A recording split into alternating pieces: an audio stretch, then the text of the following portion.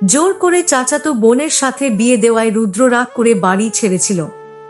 আর আজ 8 বছর পরে বাবার কথা রাখতে বাড়ি ফিরে এলো, যার ধ্যানে জ্ঞানে কোনো ইচ্ছেই ছিল না ফিরে আসার। রুদ্র আজ ফিরে এসেছে শুধু এটা বোঝাতে যে ছোটবেলার সেই বিয়েটা মানে না আর না মানবে।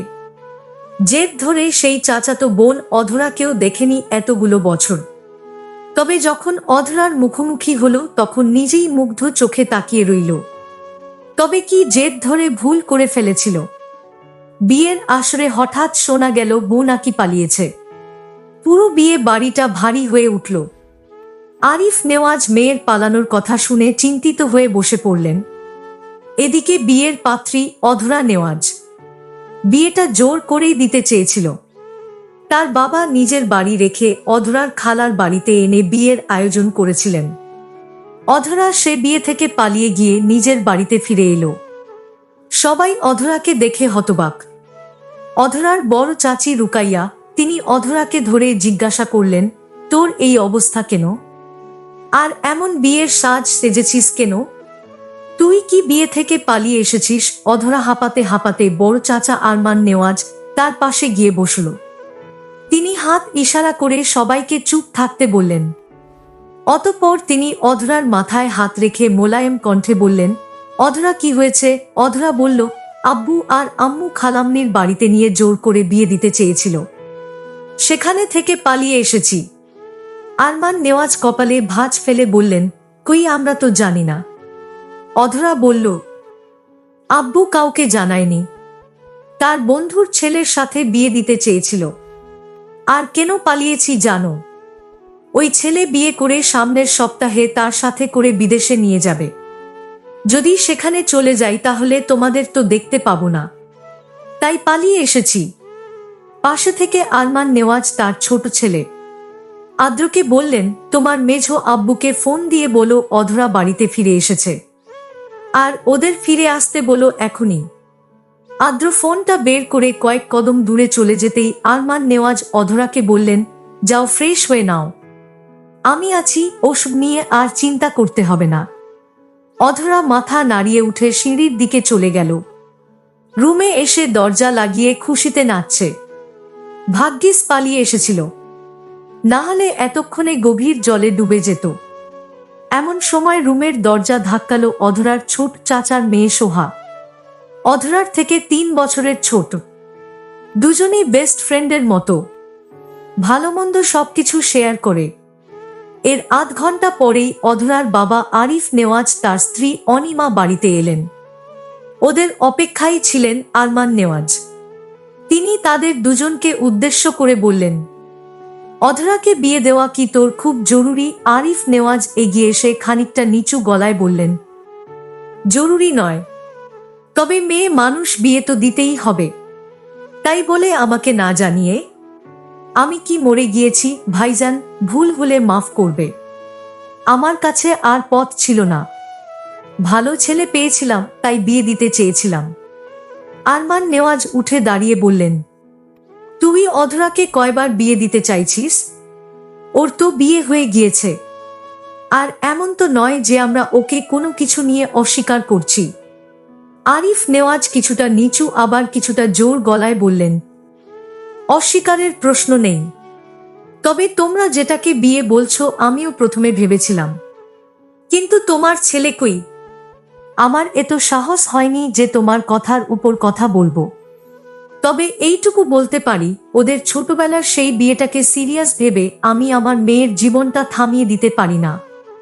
তোমার ছেলের বাড়িতে আসার কোনো নামগন্ধ নেই, আর ওর ভরসায় অধরাকে বসিয়ে রাখা বেকার। কথাটা আরমান নেওয়াজের কানে পৌঁছাতেই তার চোখ দুটো রক্তিম বর্ণ ধারণ করল। তপ্ত শ্বাস ফেলে বললেন, 1 সপ্তাহের মধ্যে আমার ছেলেকে আমি ফিরিয়ে আনছি। যদি না আনতে পারি আমি আরমান নেওয়াজ এই নেওয়াজ বাড়িতেই থাকব না।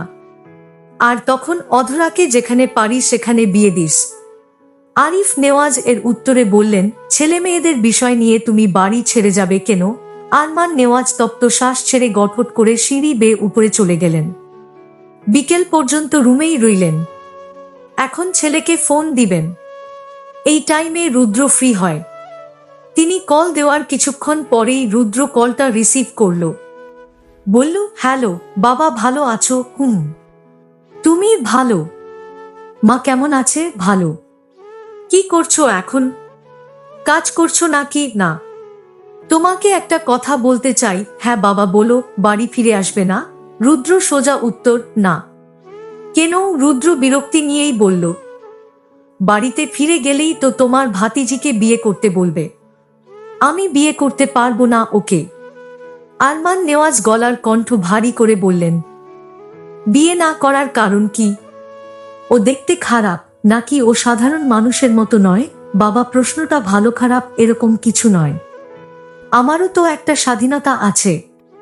আমি কেন ওকে বিয়ে করব? তোমার কাছে এত কথা শুনতে চাইছি না। তুমি বিয়ে করবে কিনা? রুদ্র তীক্ষ্ণ কণ্ঠে বলল, না। আরমান নেওয়াজ রেগে গিয়েও থেমে গেলেন। রাগ করা যাবে না এই মুহূর্তে, বুঝিয়ে আনতে হবে। এরপরে গভীর শ্বাস ছেড়ে শুধালেন, রুদ্র, তুমি অধরাকে বিয়ে করতে চাইছো না? বেশ, তাই হবে। আমি মানব। তবে তুমি বাড়ি ফিরে এসো, এসে জাস্ট একটা মাস থাকো, সবার সাথে মিশো। একটা মাস, এরপরে যদি তোমার বিয়ে করতে ইচ্ছে না হয় তাহলে আমি কোনো জোর করব না। আর আজ একজন বাবা হিসেবে ছেলের কাছে একটা মাস সময় চাইছি। রুদ্র মিনিট দুয়েক চুপ করে রইল। ভাবল, এত করে যখন বাবা বলছে না করলে ভালো হবে না। আর একটা মাসই তো, ঘুরবে ফিরবে সময় চলে যাবে। এরপরে বলবে বিয়ে করবে না, কোনো ঝামেলাই হবে না। আরমান নেওয়াজ অনেক আশাবাদী হয়ে রইলেন। রুদ্র স্বাভাবিক কণ্ঠে বলল, ঠিক আছে, আমি আসব। তবে একটা মাসই কিন্তু। রুদ্রর সম্মতি পেয়ে আরমান নেওয়াজ নরম হয়ে বললেন, ঠিক আছে, একটা মাসই। একটু তাড়াতাড়ি আসলে ভালো হয়। শরীরটাও ভালো যাচ্ছে না আমার। দেখো যদি টিকিটটা দুয়েকের মধ্যে অ্যারেঞ্জ করে আসতে পারো কিনা। রুদ্র আর না ভেবে বলল, 2 দিনের মধ্যে আসছি। ঠিক আছে। আর শোনো, তোমার আমার এই চুক্তি যেন কেউ না জানে। ঠিক আছে, কেউ জানবে না। 2 দিন পরে নেওয়াজ বাড়ির সদর দরজায় এসে দাঁড়াতেই রুদ্রর মা রুকাইয়া অশ্রুকাতর হয়ে ছেলের সামনে গিয়ে দাঁড়ালেন। ছেলেটা আজ অনেক বড় হয়ে গিয়েছে। মাকে পেয়ে রুদ্রর কণ্ঠ ভার হয়ে উঠল। নিজের জেদের জন্য মায়ের থেকেও দূরে ছিল। অবশেষে মাকে ধরে বলল, কেমন আছো মা? অনেক ভালো। তুই কেমন আছিস বাবা? ভালো। আস্তে আস্তে রুদ্র সবার সাথেই কথা বলল, কিন্তু সেই যে অনাকাঙ্ক্ষিত অধরার মুখটা দেখতে পেল না, আর না আশা করল। এমন সময় সবার নজর কেড়ে বাড়িতে ঢুকল অধরা। কলেজে বিকেলের শিফটে পরীক্ষা ছিল। সন্ধ্যা হয়ে এসেছে প্রায়। অধরা রুদ্রকে দেখে একটু রেগেই তার বাবার পাশে দাঁড়ালো। তাকালো না পর্যন্ত।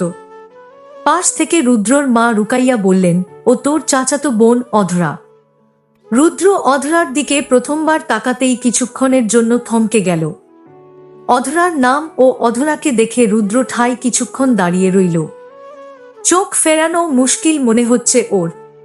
আর তার উপরেই জেদ ধরেছিল।